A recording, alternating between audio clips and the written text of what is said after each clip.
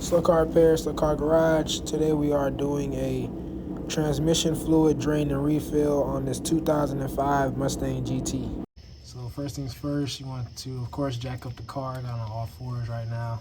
And I just loosened up the star bit bolt that you'll see on the transmission pan here. Yeah, the size bit that you need is a T27. It's gonna go right in the middle right here. Go ahead and remove it completely. Let all that fluid drain out. Just like that. The fluid is pretty dirty, as you can see. It's got that brown color to it. Just a drain and refill, so we won't be doing any type of flush. We're just draining out what's in the pan, and I'm going to change out the filter as well and the gasket. Next, you want to just go ahead and loosen up all the bolts that keep the transmission pan secured to the transmission. I've already got them loosened. I'm gonna lower it, trying not to spill that much fluid. All right, so I've got this bolt left, and I have another one on the opposite end here.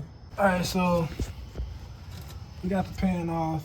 So here I'm gonna go ahead and kind of wipe that clean and stuff. We're gonna be changing this filter out. I got the new one. It's AutoZone transmission filter. I'm gonna go ahead and take this bolt off here. It looks like an 8mm on the opposite side right here. It's an 8mm. That'll get this transmission filter to be able to drop. But first things first, we're gonna go ahead and clean out this pan here, wipe around. We'll clean the magnet off and all that stuff. So as you can see, one of the O-rings that goes here, that came out, but you see the other one stayed in. So you just want to go ahead and get a screwdriver or a pick and go ahead and just remove that. The new filter does come with them. So let's go ahead and get the O-ring out, put the new filter in, put the pan back up with the new gasket. Remove this old gasket here. Of course, if the gasket leaves back any residue, then you just want to clean it up to your best ability. And you know, just so you don't have any old gasket material there. New filter, just put it in, only took a couple of seconds.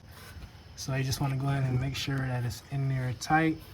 Got that one secured in, press on it real good. Got the other side secured in, press on that real good. Got that secured, so let's go ahead and lock in our hardware. Those two 8mm bolts that came out, go ahead and lock those back in. Don't lock these down too tight. You can see I have some debris from the ground on it. Just go ahead and clean that off. We don't want any unnecessary debris inside our transmission. So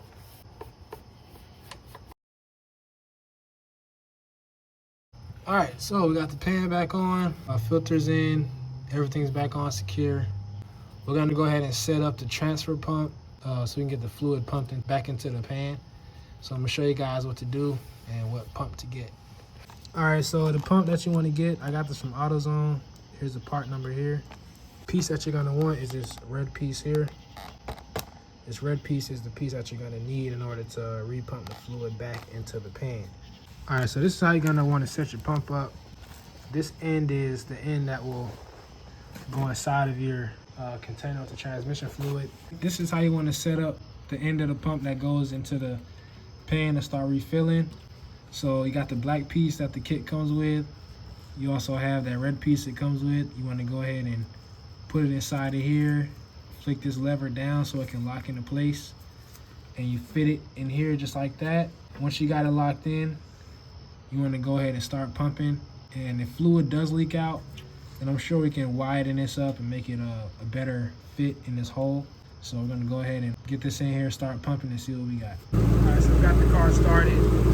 We're gonna just cycle through the gears, continue to pump into the system while you're cycling. And you can see we're still have our connection for the pump. So as you cycle through the gear, just keep an eye on this.